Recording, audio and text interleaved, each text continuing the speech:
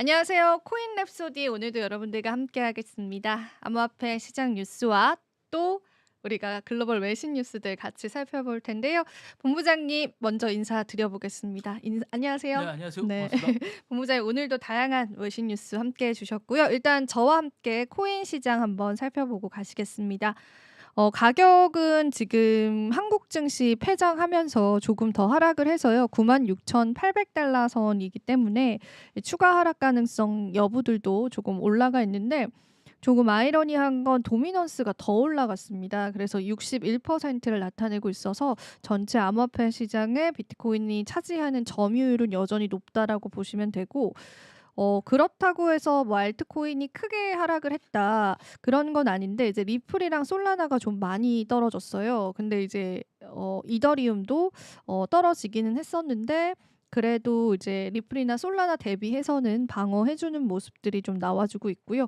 도지코인도 좀 떨어졌습니다. 근데 사실은 이제 시장에서 호재가 될 만한 뉴스들이 있기는 했었는데 그 부분에 관한 가격 반영력이 조금 없는 부분들에서 여전히 시장에서는 이제 "강세장이 끝났다." 이런 이야기들이 좀 많이 나오고 있고 예전 불장과 비교를 해 봤을 때도 이제 '강세장이 끝났다.'라는 여론들은 있기는 있었습니다. 근데 그 이후에 더 강세장이 지속이 되기도 했었는데 일단은 뭐 시장 상황이 예전 패턴과 항상 같다라고 볼 수는 없기 때문에 그래도 보셔야 될 것 같은데 비트코인이 올라서 이제 도미넌스가 올라갔다라기보다는 비트코인이 떨어졌지만 알트코인들이 더 큰 낙폭을 보였기 때문에 비트코인 도미넌스가 올라갔다라고 보시면 되고 크립토 공포 탐욕 지수도 35로 그렇게 좋은 수준은 아닌 부분들도 여러분들 확인이 되실 겁니다. 그래서 요런 부분들까지도 같이 살펴보시면 좋겠고요. 그리고 이제 스텔라 코인도 6% 떨어지고 수익 코인 10% 하락합니다. 그리고 시바이누도 떨어졌고 여기 또 트럼프 토큰도 같이 봐야겠죠. 오피셜 트럼프도 11% 24시간 동안 하락을 해서 뭐 거의 이제 17달러 수준이니까 정말 이제 계속되는 하향 추세를 겪고 있다라고 보시면 될 것 같아요. 상장된 지 얼마 안 됐죠. 오피셜 트럼프는 지금 17.2달러 나타내고 있습니다. 이 트럼프 밈코인에 거는 기대도 굉장히 많기는 한데 사실은 이제 그게 좀 따라오고 있지는 않은 모습도 확인이 되고 비체인 코인도 시가총액 4위 40위를 차지하고 있고요.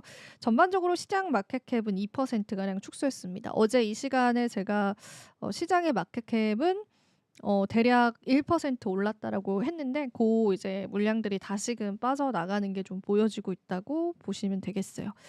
그리고 이제 제가 뉴스들 하나하나 좀 짚어 드릴게요. 오늘도 저랑 같이 심도 있는 이야기들을 좀 나눠 보겠습니다.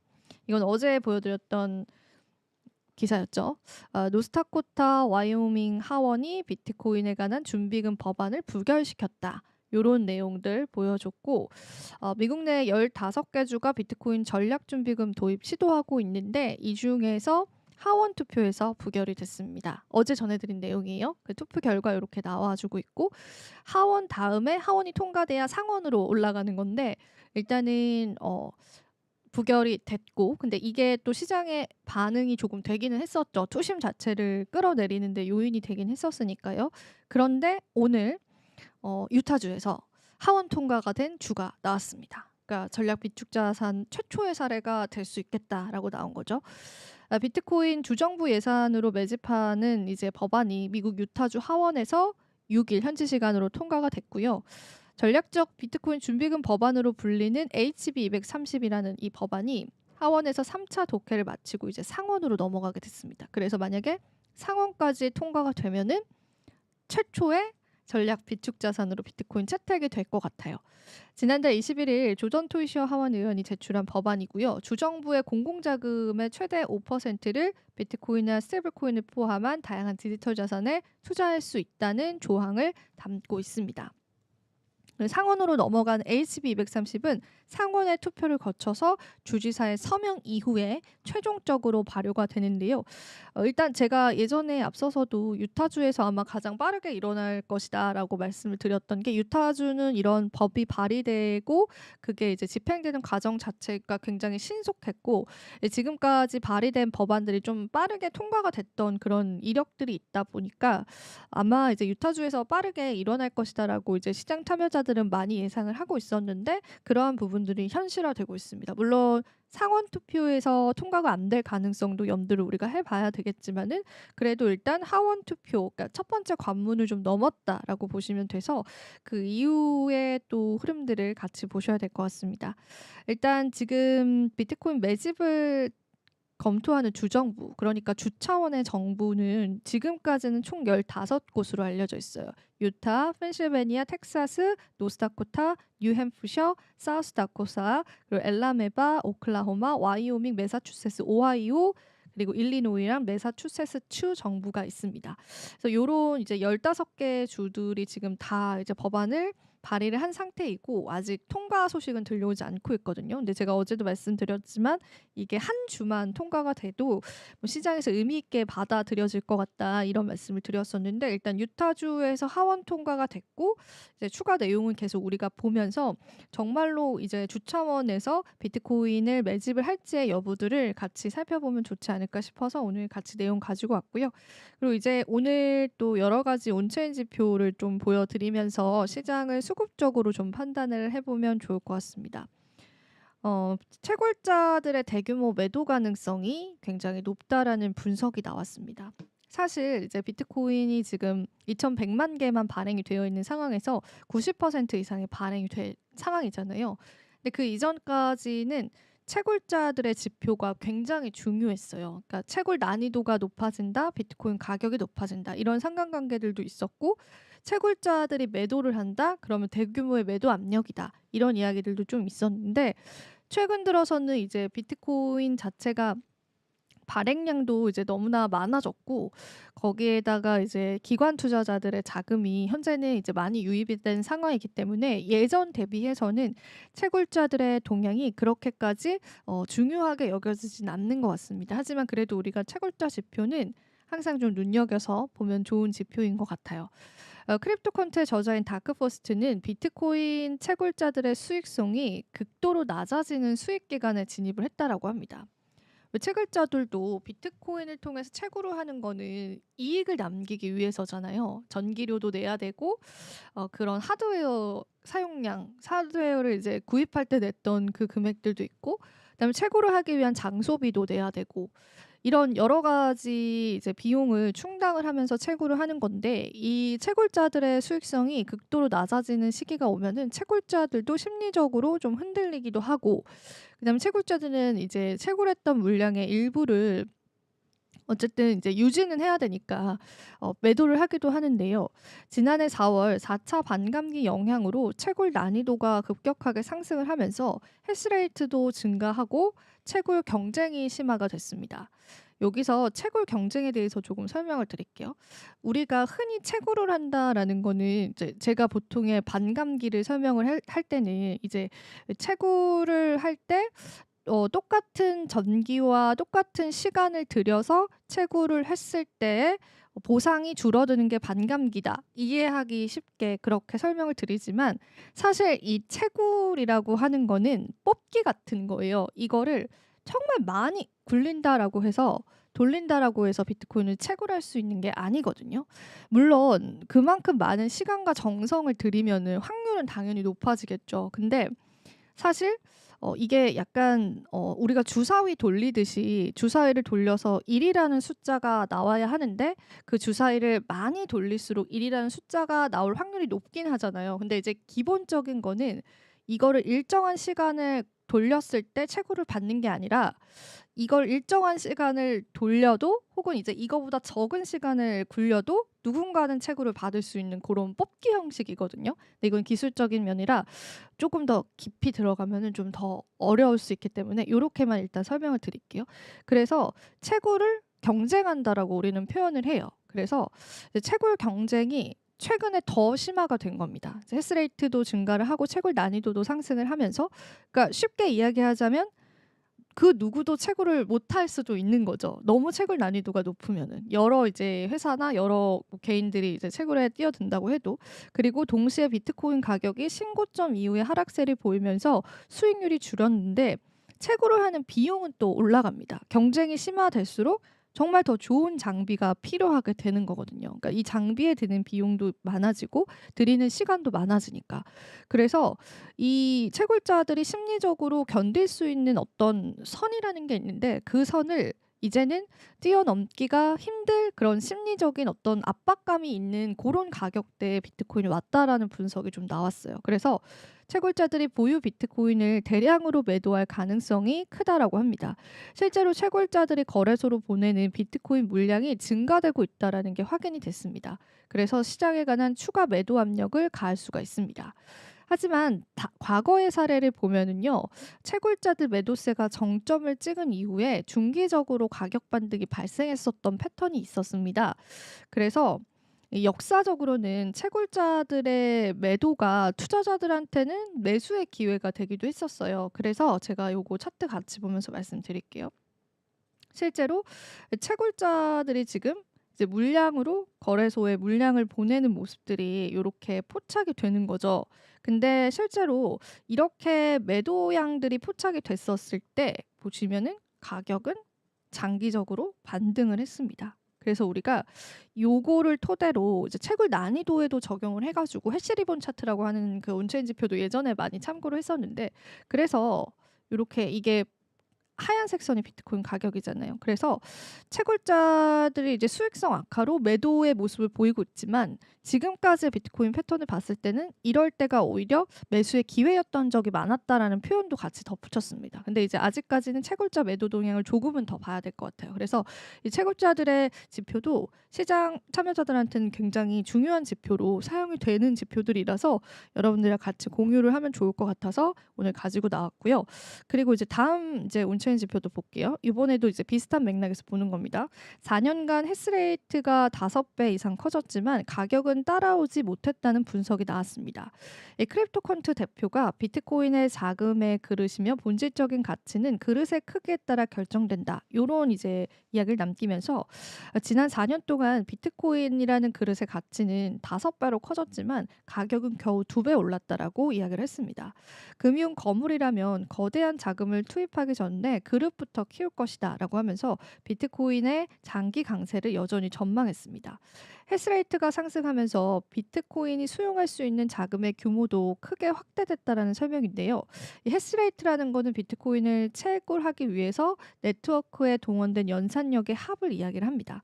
그래서 대부분 이렇게 보시면 해시레이트는 이제 해시레이트가 이제 굉장히 높아지는 거는 그만큼 이제 채굴을 하는데 많은 네트워크와 시간이 필요하다라는 거예요. 그래서 얘도 굉장히 우상향 패턴을 보여줘 오고 있거든요. 근데 비트코인 가격도 상승을 이제 긴 호흡으로 봤을 때는 결과적으로 우상향 패턴을 보여주고 있죠. 물론 그 수익률적인 측면에서는 작아지고 있지만. 근데 보통 이 해시레이트 차트랑 그 비트코인 가격의 상관관계는 커플링이었거든요. 근데 지금 해시레이트가 계속 사상 최고치를 찍어요. 근데 그럼에도 불구하고 이 비트코인 가격이 아직까지는 따라오지 못했다라는 거죠. 그래서 이런 면들을 봤을 때 크립토컨트의 주기영 대표는 장기적으로 비트코인이 더 상승할 수 있다라고 이제 보는 시선들이 있습니다. 그래서 지금 제가 이렇게 온체인 지표 2개를 보여드린 거는 지표상 그리고 시장에 오래 참여했던 투자자들은 이제 비트코인의 강세를 여전히 예측을 해요. 하지만 이제 또 다른 여러 뉴스들을 보면은 이제 강세장이 끝났다, 특히나 개인 투자자분들은 이제 강세장이 끝났다, 이런 의견들이 또 있어요. 그래서 지금 시장은 굉장히 상반된 의견들이 공존하고 있어요. 그래서 사실 답을 내기가 좀 힘든 시장인 건 맞는 것 같아요. 그래서 여러 가지 지표를 참고를 해봐야 될 것 같고, 일단 채굴자 매도량이 계속 증가하는지도 보셔야 될 것 같고, 이 해시레이트 차트를 비트코인이 따라가느냐도 좀 보셔야 될 것 같아서 온체인 지표는 또 랩소디 통해서 계속 저랑 같이 여러분들이 체크를 해보시면 좋으실 것 같습니다. 자, 그리고 이제 블룸버그 애널리스트가 미국의 SEC가 그레이스케일의 솔라나 현물 ETF 접수를 확인을 했다라고 합니다. 일단 이 19B4라고 하는 심사 요청서 접수를 확인한 것으로 나타냈고요. 제임스 C. 파크 이제 애널리스트가 이제 자신의 트위터를 통해서 SEC가 그레이스케일의 솔라나 현물 ETF 서류 접수를 확인했다라고 했고요. 왜냐면은 이제 사실 그레이스케일이 이전에 이거를 철회하라고 말한 바가 있어요. SEC가 솔라나 현물 ETF에 대한 거를. 그래서 접수를 다시 확인을 했다라는 거는 굉장히 유의미한 행보라고 보고 있습니다. 그러니까 SEC 측에서 한번 이렇게 반려를 하고 그걸 철회하라고 요구를 했었는데 다시금 신청을 한 거는 뭔가 이 솔라나 ETF 쪽에 관한 진전이 있다라고 해석을 해볼 수가 있어서 그 부분 계속 우리가 팔로우를 해보면 될 것 같고 솔라나 참고로 가격이 좀 많이 떨어져서 200 아래로 거래가 지금은 되더라고요. 그래서 가격과의 상관관계도 같이 살펴보시면 좋을 것 같습니다. 네, 그리고 또 마지막 소식 어느덧 전해드릴 때가 됐는데요. 파생상품 거래소에서 30만 개 이더리움 유출 현상이 나왔는데 이게 강세 신호로 좀 해석이 되고 있다고 해요. 지금 이더리움이 2,600달러 선 좀 나타내고 있거든요. 크립토컨트에 따르면은 파생상품 거래소의 순 유출의 규모가 마이너스 30만 이더에 도달을 했습니다. 이게 8억 1,720만 달러 규모고요. 2023년 달 8월 이후 최대치를 기록을 했다라고 합니다. 그때 이더리움 가격은 이제 2,600에서 700 정도 되니까 파생 상품 거래소에서 이더리움을 인출한다라는 거는 매도 압력을 감소한다라는 걸 의미를 합니다. 레버리지의 포지션을 청산하거나 이더리움을 콜드 스토리지로 이동할 가능성이 있습니다. 그러니까 파생 상품에서 이더리움을 이제 꺼내서 파생 상품 거래하는데 꺼내서 콜드 월렛이라고 해서 그냥 보관형 지갑에 이제 넣는 거죠. 이제 장기적으로 보유하겠다라는 전략이 있다라고 해석을 해볼 수가 있죠. 그래서 즉각적인 매도 가능한 공급량이 감소함에 따라 이더리움의 가격 하락이 어려워진다라고 합니다. 매도 압력이 감소한다라는 건 매도 압력이 감소한다고 해서 이더리움이 무조건 오른다는 건 아니지만 만약에 이더리움에서 여기서 매수가 몰리게 되면은 가격이 상승하는 가속도가 붙을 수 있다는 측면에서 보시면 될 것 같아요. 그러니까 누군가는 떨어뜨리려고 하고 누군가는 끌어올리려고 하는 싸움이잖아요. 이 가격이라는 거는. 근데 끌어내리려고 하는 그 세력의 주체가 많지 않으면 누군가가 올리려고 했을 때 쉽게 올라가겠죠? 이런 느낌으로 해석을 해보면 될 것 같아요. 그래서 이더리움의 대금 유출은 이제 일반적으로 강세 신호로 적용을 한다라고 해서 이더리움이 굉장히 비관론이 많은데요. 유일하게 또 낙관론이 있었던 그런 이제 기사여서 오늘 같이 한번 좀 마지막으로 가지고 와봤습니다. 자, 이렇게 해서 또 크립토 뉴스 정말 정신없이 전해드린 것 같은데요. 자, 오늘 또 본부장님께 또 토스를 해서 또 저희 한번 우리 또 시장을 보는 시각을 넓혀서 글로벌 뉴스도 한번 이야기 들어보겠습니다. 아 예. 그 뭐지 비탈릭이 최근에 이더리움을 제로성 게임에서 벗어나겠다고 얘기했던 게 있는 것 같은데 네. 그게 무슨 얘기입니까? 저도 잘 모르겠습니다.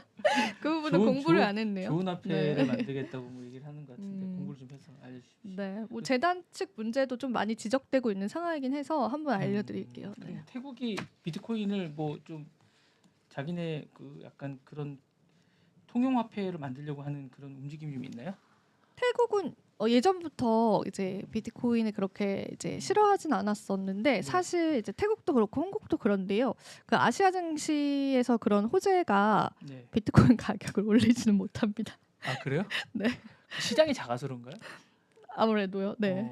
그래서 그러니까 물론 이제 좋죠. 이제 좋은데 좋은 격이면 좋은데 이렇게 끌어내리는 시장을 뭐 그런 뉴스들이 확 끌어올리진 않아요. 예를 들면 우리가 비상계엄 터졌을 때 네네네. 비트코인의 가격은 국내 거래소에서만 요동을 쳤습니다. 글로벌 거래소는 평온했습니다. 그 자체가 시장이 너무 작아서 움직이는 데 예, 영향이 어떻게 그렇게 해석을 해볼 수도 있을 것 같아요. 미국 시장이 지금은 또 압도적으로 커서 그렇죠. 원체 시장이 그쪽 네. 돈이 다 그쪽에 몰려 있으니까 몰려있으니까 좋은 뉴스긴 한데 그게 네. 가격에 그렇게까지는 영향력이 크지는 않습니다. 물론 좋은 뉴스긴 합니다. 네. 네.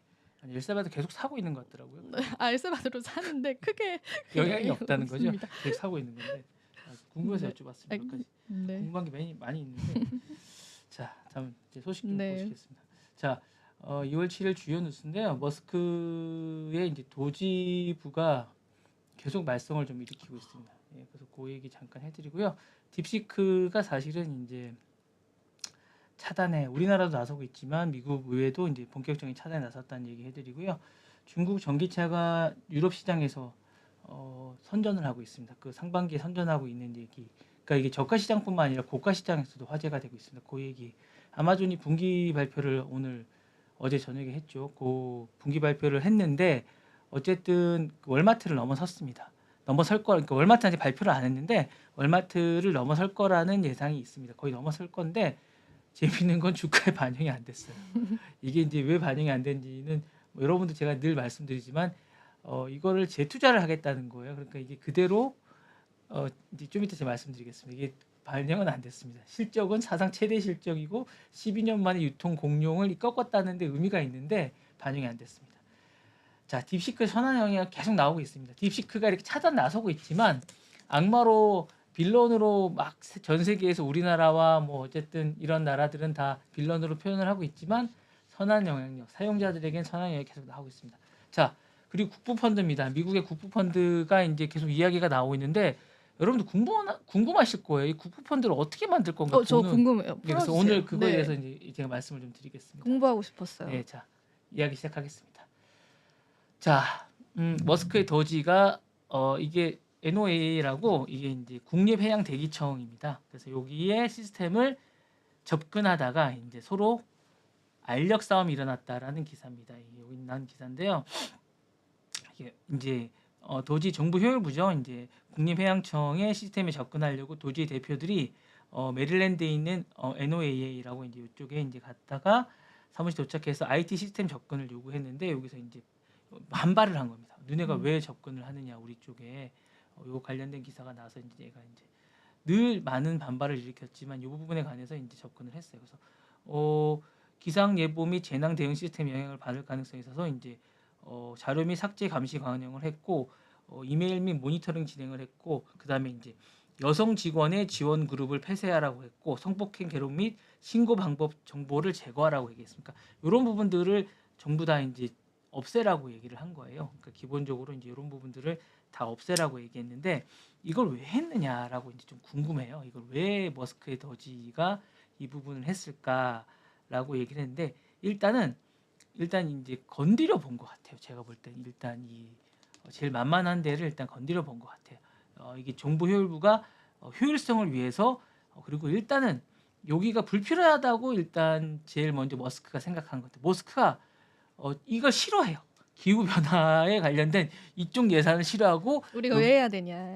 뭐 해야 되냐고 싫어하는 것 같고 그다음에 여기는 또 그 뭐지 대통령도 싫어해요. 여기를 대통령도 싫어하는 거라 파리 기후 협약 서로 이제 이해관계가 일치합니다. 그래서 일단 싫어하고 그다음에 여기는 머스크도 자기가 갖고 있는 기업으로 대체가 가능한 곳입니다. 스페이스X나 스타링크가 자기가 여기를 충분히 대체를 할 수 있는 자기 민간 기업이 향후에 여기를 대체를 가능할 수 있는지를 타진할 수 있는 곳입니다. 여기가 왜냐하면 스페이스X가 충분히 기후나 이런 걸 예상할 수 있는 그런 걸 충분히 할 수 있는 곳입니다. 그래서 여기를 첫 번째 타깃으로 잡은 거예요. 근데 이걸 이제 예상하고 있는 겁니다. 그러니까 여기 있는 사람들은 졸지에 자신의 직장을 잃을 염려가 충분히 있기 때문에 오니까 이제 반발을 하게 되는 거죠. 그리고 이제 요 모니터링 담당하는 핵심 부서인데 여기를 이제 독립성을 훼손한다고 해서 하는데 사실은 거의 독불 장군처럼 모든 정보를 다 내놔라. 그리고 너네 뭐 삭제해라. 그리고 너네 대응 속도가 너무 높다. 그리고 정보보호법을 다 내놔라. 정보 모든 자료를 다 내놓으라는 거예요. 그러니까 요 자료를 다 줬을 때 주는 것까지 좋다 이거예요. 그러면 자신들의 자료를 다 줬을 때 대체가 가능한 거예요. 그 다음에는 이 사람들이 필요가 없어집니다. 그렇기 때문에 이제 이분들이 반발을 하게 된 거고 일단은 지금 대치 상태인 겁니다. 대치 상태고 일단은 일단 한번 시도를 했다가 일단 물러났는데 이게 제가 볼 때는 한 번으로 끝날 것 같지는 않고 계속 시도하다가 결국에는 머스크가 원하는 방향으로 될 거고 왜냐하면 예산을 삭감할 거거든요. 결국에는 이제 물러나게 될 거고 반발을 일으키게 될 거지만 이게 전반적인 것들에 계속 이제 이루어질 것 같은 생각이 들게 될 거고 이 부분에 관해서 이제 다양성, 형평성, 포용성이라고 이제 민주당이 전반적으로 추진한 DEIA라는 이 부분에 대해서 이제 기본적으로 이제 트럼프는 수용하지 않습니다. 그래서 이 부분에 대해서 이제 계속 얘기를 하게 될 거고 첫 번째 타깃이 됐다라는 의미가 있고 이 부분에 관해서 이제 기본적으로 계속 이슈가 될 것 같아요. 그래서 이 부분이 이제 첫 번째 타깃이 됐고 향후에 이제 이게 어떻게 될지는 좀 더 지켜봐야겠지만 트럼프랑 일론 머스크 이해관계가 처음으로 이제 맞아 떨어지면서 일론 머스크가 자기의 기업들이 할 수 있는 부분을 점차 넓혀가고 그것들을 할 수 있는 부분의 어떤 정부 기관들은 다 자기가 그 기간 트럼프 기간 동안은 다 할 수 있지 않겠냐라는 생각이 듭니다. 그래서 이런 기관들을 다 점령해 가지 않겠냐라고 생각이 들면서 요게 첫 번째 타깃이었다라는 생각이 들고 계속 할 것 같은 생각이 듭니다. 그래서 기상 예보 시스템 요거는 이제 우주와 관련된 이런 기상청, 뭐 이런 청, 뭐 이런 대부분 다 제가 산림청 이런데 이런 거 다 제가 할 것 같습니다. 향후에 네 제가 볼 때 좀 위험하지 않겠냐라는 생각이 듭니다. 네. 다음 소식 전해드리겠습니다. 딥시크 금지법이 이제 왜 안 나오나 했습니다. 네, 이게 CNN에서 나온 얘기인데요. 법안 발의를 이제 하기 시작했습니다. 이제 이 부분을 이제 US 로우메이커 22에서 이제 금지한다는 법안 발의를 시작했고요. 이 부분에 관해서 이제 구체적인 내용은 오른쪽에 있습니다. 그래서 중국 AI 기업 딥시크 정부 기기 사용을 한다고 미 의회에서 AI 챗봇을 정부 기기에 금지하는 법안을 추진하고 있습니다. 공화당 데린 라우드 의원과 민주당 조시 고트하이머 의원이 국가안보 문제를 이유로 발의를 예정하고 있습니다. 딥시크 AI R1 모델입니다. 이게 이제 챗GPT의 이제 유료화되고 있는 그 모델과 거의 유사한 모델인데요. 성능을 보고 경쟁력은 훨씬 더 강화되어 있습니다. 그리고 무료고 훈련 비용과 전력 소비가 훨씬 더 적어서 효율성이 강점입니다. 제가 볼 때. 그리고 이게 사실은 패권이 사실 넘어가는 부분이기 때문에 그리고 이제 계속 이게 검증은 안 됐는데 계속 이렇게 얘기하고 있습니다. 우리 정보가 넘어가는 것 같다. 의심스럽다. 근데 검증은 된 게 아무것도 없습니다. 지금까지. 중국에서 아니라고 했던데요. 근데 이제 그러려고. 그것도 검증이 된 게 없고 그렇죠. 양쪽 다 검증된 게 없습니다. 그래서 뭐 서로 주장하고 있는 겁니다. 그래서 이게 어쨌든 서로 기술 경쟁에 대한 부분이 좀 있고 미국이 사실은 이제 우려하는 거는 기술 패권이 이제 하거든요. 이게 R1이라는 모델이 미국의 AI 모델하고 되게 비슷합니다. 뭐 챗GPT 4 지금 4.0 요 모델 라인들 쭉 있지 않습니까? 이제 요 라인에 하고 제미나이 모델하고 되게 비슷한 모델을 성능을 갖고 있습니다. 그래서 추론 모델로 이제 뭔가를 결정을 내는 요 모델하고 되게 비슷한 모델을 하고 있고요. 근데 이제 기본적으로는 전력 소비가 되게 낮습니다. AI가 사실 전력을 많이 쓰는데 이 친구는 전력을 적게 쓰면서 비슷한 성능을 내기 때문에 훨씬 더 효율이 좋다고 생각하는 부분이고요. 그 다음에 이제 일단은 미국은 계속 이 부분을 강조하고 있습니다. 우리의 어떤 기본적인 어떤 정보가 많이 새나간다. 민감 정보가 많이 이게 예전부터 계속 제약 그 기업들한테도 그랬잖아요. 네네. 그래서 요게 이제 문서나 이메일이나 보안이 절저하게 이제 되지 않는다라고 이제 하면서 이제 이거를 차단하고 있고 그다음에 기술 격차를 이제 이게 이제 모든 정보라는 게 오픈되면 기술 격차가 줄어들게 마련이거든요. 그래서 요 부분을 어쨌든 해야 되고 그다음에 이제 사실은 지금 AI뿐만 아니라 이제 양자나 반도체 이런 것들을 계속 막고 있는데 이 부분에 대한 격차를 사실은 이걸로 해서 이제 더 벌어지게 해야 되는데 줄어들까봐 걱정하는 거고 오늘 또 나왔는데 하웨이를 그렇게 막았는데 하웨이가 지금 사상 최대 실적을 또 냈어요. 그러니까 이게 또 사실 배 아픈 거거든요. 사실. 그런 부분을 볼 때 이제 걱정스러운 겁니다. 그래서 사실 보시면 이제 챗GPT랑 잠깐 좀 비교를 좀 해드리겠습니다. 이 두 개를 이제 좀 보시면 개발사는 이제 다릅니다. 이제 두 모델이 되게 비슷합니다. 그리고 이제 상대적으로 이제 챗GPT는 높은 비용입니다. 그리고 훈련 비용이 절감이 됐고요. 오픈 소스를 사실 딥시크는 공개합니다. 개발자들하고 이제 비공개로 돼 있고 민간 정보를 안 주지만 사실 이거 민간 정보라는 게 사실 저는 필요 없다고 봐요. 우리가 천안문 뭐 이거 필요합니까? 그리고 뭐 시진핑에 대한 욕설이나 이런 것들 우리가 저는 필요 없는 정보라고 봅니다. 이게 뭐가 중요한지 모르겠어요. 사실은 저는 이게 우리한테 뭐 민간 정보나 뭐 중국의 정치적인 상황이 민감한 정보는 아니라고 봐요. 이게 뭐 그렇게 중요한 정보는 민간 검열 수준이 저는 그렇게 중요하지 않다고 봐요. 저 개인적으로는. 그러니까 저는 이제 물론 정치적인 걸 이용하시는 분들은 중요하겠지만 이게 자율적인 측면에서 근데 연구하는 입장에서는 썩 중요한 게 아니라고 봅니다. 저는 어떤 그런 걸 하시는 분이나 개발하시는 분들에게는 그러니까 그런 부분에서는 좀 아니라고 봅니다. 다만 챗GPT도 미국이나 유럽 기준에서 일부 주제를 제한하게 됩니다. 여기는 뭐냐면 성적이거나 이런 부분들을 많이 제한합니다. 들어가 보시면 아시겠지만 그리고 초상권 같은 부분도 상당히 제한합니다. 들어가 보시면 아시겠지만 얼굴이나 이런 영상이나 이런 부분들은 제한을 합니다. 써보시면 아시겠지만 그리고 이제 글로벌 오픈 소스 모델은 제한됩니다. 요건 이제 제한되고요. 이런 부분들이 이제 서로 차이별할 때 거의 비슷합니다. 근데 이제 무료라는 거죠. 그리고 챗GPT는 사실 가격이 상당히 비쌉니다. 그리고 지금 아마 그 딥시크가 안 나왔으면 지금 소라가 사실은 월 $200거든요. $20가 아니라 그 동영상이 되는 그 근데 저 모델이 그거 그냥 동영상 만들어주는 거잖아요. 예, 뭐 예, 이렇게 예. 어디 유튜브용 그런 걸 만들어주는 게 아니라 그냥 영상을 만들어주는 유튜브에 거잖아요. 사용해도 됩니다. 예. 그러니까 저작권이 나한테 있는 거예요? 예, 예, 가능합니다. 그래서 그 부분은 이제 가능한, 그러니까 그거 약간 논란이 좀 있는데 그 부분을 자기가 골라서 쓸 수 있는 부분이거든요. 그래서 그 부분이 이제 그 영상에 대한 저작권도 사실은 어디서 왔는지 잘 모르기 때문에 약간 논란이 좀 있습니다. 그 몇 초밖에 안 되던데요? 좀 깁니다. 근데 약간 아 이게 길어요? 이제 유료화는 좀 길고 음. 유료가 아닌 건 좀 쌉니다. 무료라서. 예, 그리고 되게 오래 걸립니다. 그러니까요. 너무 예, 오래 걸려요. 예, 근데 되게 선명하고 좋습니다. 그리고 자기가 원하는 것들이 있고 이제 기술력이나 약간 그게 이제 최적화되면 좀 괜찮아지는. 근데 되게 오래 걸립니다. 그리고 이제 그 안에서 또 다른 프로그램을 또 사야 됩니다. 예, 좀 여러 가지 다빈치나 이런 프로그램을 또 사야 되는 부분이 좀 있는데 좀 여러 가지가 좀 있습니다. 그래서 어쨌든 그 비용이 계속 듭니다. 그러니까 챗GPT는 돈이 계속 들어가는, 비용이 계속 올라가는. 왜냐하면 자신들의 개발 비용을 계속 사용자들에게 전가하는 게 좀 있는데 딥시크는 그렇지 않거든요. 그리고 이제 점점 더 이제 이게 약간 AI 비용들이 낮아지는 효과를 좀 주고 있습니다. 그래서 그런 게 좀 있고 그런 부분들이 이제 효과가 좀 있어서 사실은 저는 좀 좋아요. 사실 좀 죄송한 말씀인데 사실 저는 좀 좋다고 봅니다. 그래서 이런 부분들이 좀 있어서 좀 보실 필요가 좀 있고 사실은 이게 구독 경제가 되고 나서 사실 저희가 돈을 좀 많이 쓰는 경향이 있습니다. 월 구독료가 엄청 많이 나가고 저 같은 경우는 한 50만 이상 나가는 것 같아요. 엄청나게 많이 쓰거든요. 저는. 뭐 신문도 보죠. 저는 뭐 넷플릭스부터 이런 것도 보죠. 챗GPT 관련된 이런 서비스도 하죠. 그다음에 뭐 OA 관련된 것도 쓰죠. 저 엄청나게 많이 쓰거든요. 그게 엄청나게 많이 쓰는 것 같습니다. 예, 많이 쓰고 있습니다. 예, 어쨌든 네, 다음 복수. 자, 중국 전기차가 약진하고 테슬라가 이제 침몰하고 있다는 얘기인데 이게 물론 보시면 이제 뉴욕타임즈 제가 정기구도 하고 있습니다. 이렇게 어쨌든 이렇게 하고 있습니다. 어쨌든 이렇게 하고 있는데 보시면 이게 유럽 얘기긴 합니다. 그래서 이제 유럽 주요 판매량이 테슬라의 상반기에 관련돼서 이제 하고 있습니다. 근데 사실 테슬라는 이제 전기차 쪽은 아니고 자율주행 쪽으로 이제 포커싱을 맞추고는 있습니다. 사실 그렇지만 이제 주요 판매량에서 독일이 마이너스 60%, 프랑스가 마이너스 63%, 영국이 8%, 스페인이 마이너스 75% 정도 감소했습니다.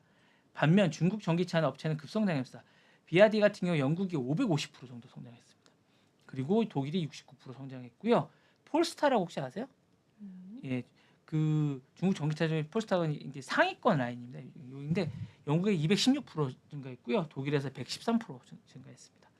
이게 이제 많이 성장했는데 성장 원인을 좀 보면 테슬라의 부진은 일론 머스크의 논란 역시 이 논란이고요. 그다음 유럽 내 노동 분쟁이 좀 있었고요. 신모델이 좀 늦게 계속 나오고 있습니다. 그러니까 Y가 이제 나오긴 했지만 이게 계속 예전 모델이라는 얘기가 계속 나오고 있습니다. 그리고 비아디 같은 경우 저렴한 거고 이제 폴스타 같은 경우는 이제 다른 유럽 브랜드하고 같이 하면서 고급화 전략이 성공했다는 생각이 좀 들고 있습니다. 그래서 이런 부분들이 지금 하고 있고 기본적으로 이제 여러 가지 것들이 잘 되고 있는 것들이 잘 되고 있어서 그리고 이제 기본적으로 이제 그 중국은 현지화 전략을 잘 쓰고 있는 게 강점이라고 볼 수 있으면서 이런 부분들이었고 폴스타 같은 경우 볼보랑 같이 하고 있거든요. 그래서 이제 현지 유럽 브랜드라고 인식을 그러니까 중국 차인지 몰랐잖아요. 네. 네, 그러니까 이게 폴스타는 유럽 브랜드라고 생각하세요. 많은 분들이. 그래서 유럽 브랜드라는 인식이 좀 강하고 그다음에 이제 비아디 같은 경우 독일이나 프랑스 같은 데서 현지 법인을 세우고 적극적인 마케팅을 하고 있거든요. 그러니까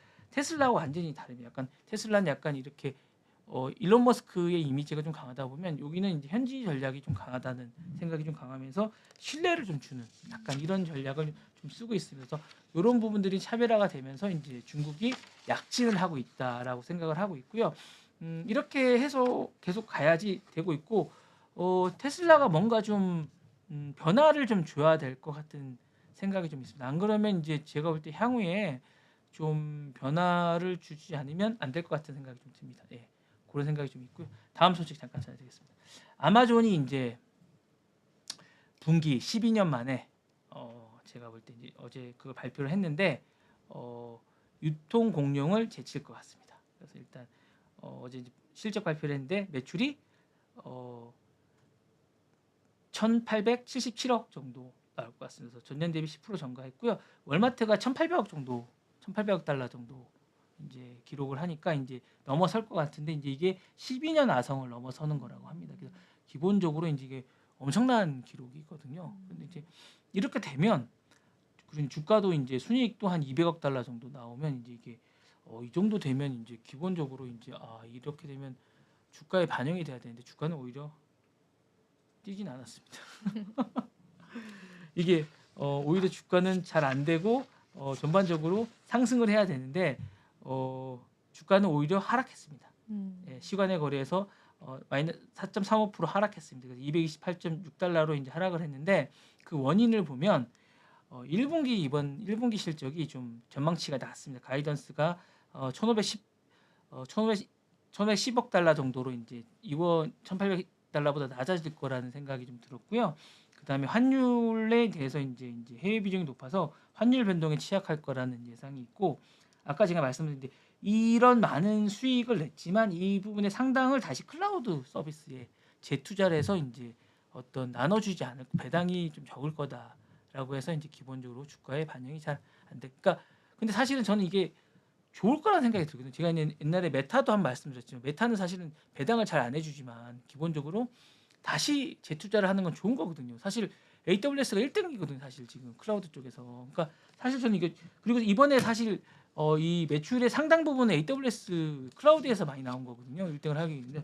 사실은 저는 이 부분에 AI나 이 클라우드 쪽에 투자를 하는 거는 상당히 긍정적이라고 보거든요. 아마존이. 그래서 이 부분은 왜 주가에 반영이 안 되는지 잘 모르겠어요. 그러니까 지금 당장 주가의 수익률에는 도움이 안 될 수 있겠지만 장기적으로 보면 이게 도움이 되는데 그런 것들을 참지를 못하나 봐요. 주가는. 그래서 그런 게 아닌가라는 생각이 들면서 이런 부분에서 이제 주가에 반영이 되지 않았다라는 생각이 듭니다. 그래서 이 부분에 대해서 좀 보셔야 될 것 같은 생각이 듭니다. 자, 다음 소식 잠깐 전해드리겠습니다. 자, 딥시크에 또 선한 영향력이 좀 생겼습니다. 그래서 또 하나는 뭐냐면 챗GPT를 쓰시잖아요. 우리 이지영 아나운서도. 개인정보 왜 유출하세요? 쓰신다는 거는 네, 뭐 사용하시긴 하잖아요. 맞아요. 예, 네. 쓰실 수 있으니까 안 쓰시면 안 쓰신다고 얘기하시면 되는 거지. 제가 이제 그냥 연계 짚은 겁니다. 네, 알겠습니다. 개인 정보를 네. 본인이 유출하시네. 쓰신다고. 예. 그죠? 예. 본인이 네. 유출하시네. 예. 쓰시잖아요. 그래서 제가 여쭤봤는데 안 씁니다 이렇게 얘기하면 될 텐데. 씁니다. 네. 근데 이제 보통 그렇게 쓰는 경우에는 계정을 등록을 해야 되지 않습니까? 네. 근데 이제 최근에 계정 없이 검색을 가능하게끔 오. 이제 하게 됐습니다. 본인이 무료 개방을 제미나이. 예, 제미나이 2.0도 이제 음. 검색 기능을 최근에 네. 강화하는 두 가지가 나왔는데 이게 결국 딥시크 때문에 또 이제 이걸 저 사실 너무 비싸서 구독 취소하려고 하고 있거든요. 하세요. 네. 그냥 쓰셔도 됩니다. 사실은 그냥 쓰셔도 기능은 됩니다. 다만 이런 거죠. 이제 이런 거 이제 제가 이제 연설문 하나 쓰고 싶은데 2분짜리 연설문을 써주세요 하면 써주질 않습니다. 1분밖에 안 됩니다. 이런 기능이 있는 거지. 그래서 이제 검색 기능이 오전에 계정 없이 이용이 가능하고 이게 기본적으로 이제 검색이 웹소스 기능이 가능하고 챗GPT 검색이 사실은 이제 2024년 유료 구독자에 먼저 제공됐는데 지난해 말부터 이제 무료 개방을 하기 시작했습니다. 이런 것들이 이제 그 딥시크나 이런 영향 때문에 되는 거고 사실은 이제 새로운 AI 딥시크 기능이 발표되면서 이런 것들을 선제적으로 이제 하기 시작했습니다. 그리고 이제 요 이제 구글이 사실은 많이 오게 되면서 하고 트래픽이 증가하면서 이제 이런 것들이 되고 이런 부분에서 이제 자기네들이 브랜드 인지도나 이런 것들에 대해서 이제 하겠다라는 생각을 갖고 있는 거고요. 제미나이도 사실은 AI 검색 모드를 새롭게 했습니다. 현재 미국 구글 직원들 대상으로 지금 하고 있습니다. 이 부분에 대해서 하고 있고요. 후속 질문 기능이 또 있습니다. 그러니까 질문을 하나 더 하고 나면 후속 질문도 가능하게끔 또 하는 약간 이런 재능을 해서 하고 있습니다. 아직 테스트 버전이기 때문에 조만간 곧 나올 것 같은데 이런 부분이 이제 여기 보시면 테스트 버전 시작했다고 하거든요. AI 모드로. 그래서 이 부분이 곧 나오면 여러분들이 사용할 수 있지 않을까라는 생각이 듭니다. 그래서 어쨌든 이런 것들이 예전에는 천천히 하고 유료화도 하고 뭐 되게 불친절했다면 AI 기능이 딥시크가 나오면서 앞다투어 뭔가를 계속 내면서 경쟁이죠. 저렴하게 내면서 사용해 보게 하고 사용자들에게 많은 서비스를 제공하는 그런 영향이 있는 것 같아서 저는 되게 반가우면서 되게 좋은 것 같습니다. 그래서 저는 되게 설레고 좋습니다. 많이 써보시고 여러분들 이렇게 기사로만 읽지 마시고 직접 들어가셔서 한번 써보시고 활용해 보시고 이게 많이 사용해 보셔야지 여러분들 AI는요 사실은 이게 최적화되는 게 되게 중요하거든요, 여러분.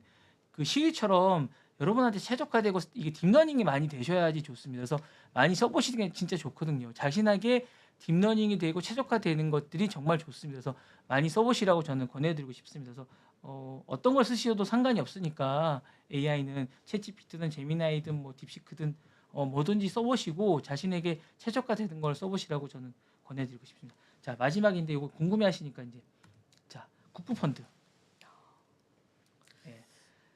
자 세계 1위로 이제 넘어서겠다고 합니다. 이제 국부펀드를 추진하고 있습니다. 트럼프 대통령이 미국 국부펀드를 위한 서명을 했습니다. 그래서 미 재무부와 상무부에 90일 내에 계획하고 보고를 지시하라고 했습니다. 그래서 트럼프가 이제 국부펀드 필요성을 주장을 했습니다. 그래서 다른 나라는 국부펀드가 있지만 미국은 없다. 그리고 이제 정부 주도의 투자 기반의 필요성을 해서 이제 얘기를 했습니다. 이게 이제 여러 가지 구상을 해야 됩니다. 어떻게 구성이 될지 많은 분들이 궁금해하세요. 그래서 어떻게 구성하실 것 같으세요? 글쎄요. 뭐 코인을 넣을지 그게 좀 저는 궁금한데요. 일단 그 계획은 네. 없어요. 아, 코인을 없죠. 넣겠다는 네. 게 없고 사실은 이제 여러 가지 방안이 있습니다. 그래서 스콧 베센트 재무부 장관, 하우 러터니 상무부 장관이 90일 내로 보고할 생각을 갖고 있습니다. 여러 가지 생각은 있고 일단은 미 연방 자산을 기준으로 이제 현재 가지고 있는 자산은 총 5조 3천억 달러 정도 가지고 있습니다. 이 정도 가지고 있고 우리나라 돈으로 766조 정도 있습니다. 이 정도로 가지고 이걸로 이제 하는데 사실은 재정 적자로 인해서 재원이 없는 건 사실인데 미국이 그래서 국부펀드를 만든다는 게 현실 좀 불가능한 게 아닌가라는 생각이 있는데 일단은 미 연방 정부의 이제 국토 30%와 요거 일부를 대여해 주거나 아니면 천연자원과 에너지 인프라를 이제 팔아서 요걸 활용해서 이제 국부펀드를 만드는 방법이 하나 있을 거라고 생각을 하는데 베센트는 이제 요런 것들을 활용해서 만들겠다는 생각이 하나 있고요. 러트닉은 민간 지분을 활용해서 만들겠다는 생각을 갖고 있습니다. 그래서 요거를 가지고 있다라는 거가 있고 일단 국부펀드 글로벌 사례를 한번 좀 살펴볼게요. 전 세계에는 100개 정도의 국부펀드가 있습니다. 그래서 약 10조 달러, 1경 4천억, 4천조가 이제 국부펀드로 운영되고 있습니다. 사우디 국부펀드가 이제 대표적인 거고요. 9,050억 달러 정도 소프트뱅크 비전 펀드가 이제 투자돼 있는 거고 노르웨이 국부펀드가 좀 유명해요. 유명합니다. 네. 두 개가 좀 유명한데요. 이제 트럼프 목표는 사우디를 넘어서겠다는 게 이제 목표라고 합니다. 그래서 이 부분이 있는데 일단은 이제 정부 보유 자산을 활용하는 방안이 하나 있습니다.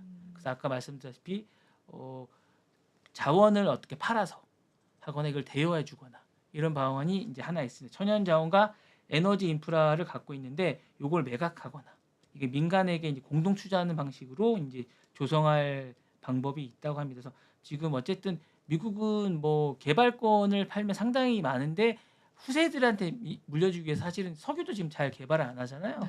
그리고 이제 뭐 되게 많이 있지만 그런 네. 걸 개발 안 하는데 이걸 일부를 이제 물론 의회를 통과해야 되지만 이거를 통해서 이제 국부펀드를 하거나 아니면 그 대륙 쪽에 이제 지금 시추권을 지금 안 주고 있는데 그 뭐 못하게 했었잖아요. 그 전 바이든이 그 부분을 이제 개발하는 개발권을 준다고 이렇게 해서 이제 국부펀드를 개발해서 이제 한다는 요런 방법이 하나 있고 그다음에 정부 보유 기업이나 이런 것들이 있습니다. 요 지분을 이제 판다는 방법이 있습니다. 그래서 특정 산업에 이제 직접 투자하는 방식, 그러니까 반도체나 바이오, AI 이런데 이런 것들이 있는데 이런 것들을 투자하면서 이제 국부 펀드를 만드는 방식이 또 있다고 합니다. 그래서 뭐 예를 들면 옛날에 코로나 백신을 구매했을 때 이런 것들은 이제 그 백신을 구매하면서 거기서 수익을 냈다고 합니다.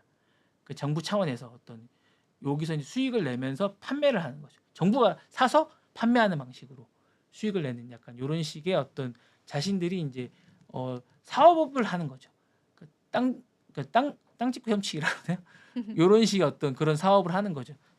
그런 식의 이제 투자 방식을 하거나 하는 거고요. 아니면 아예 재무부가 갖고 있는 이 9,220억 달러 현금 자산을 아예 국부펀드로 만드는. 근데 이거는 좀 위험하다고 합니다. 예, 아예 위험하다고 해서 요거고 아니면 이제 민간 사모펀드나 벤처를 공동으로 하는 거고 마지막은 이제 협박을 하는 거죠. 전 세계 사람들에게 내놔라. 예, 요게 가장 좀 유력하다고 합니다. 그래서 요 5가지 방법. 가능할 것 같아요. 네. 예, 그래서 어쨌거나 이걸 90일 내에 예, 빨리 방법을 러트닉하고 이제 베센트에게 방법을 해놓으라고 해서 이제 90일 내에 나올 것 같고요. 쿠폰들을 만들면 이제 목표는 사우디를 넘어서는 이게 거라고 하니까 이제 말을 뱉으면 일단 지키는 양반이라 제가 볼 땐 사이즈는 그렇게 만들어 놓을 것 같은 그런 생각이 듭니다.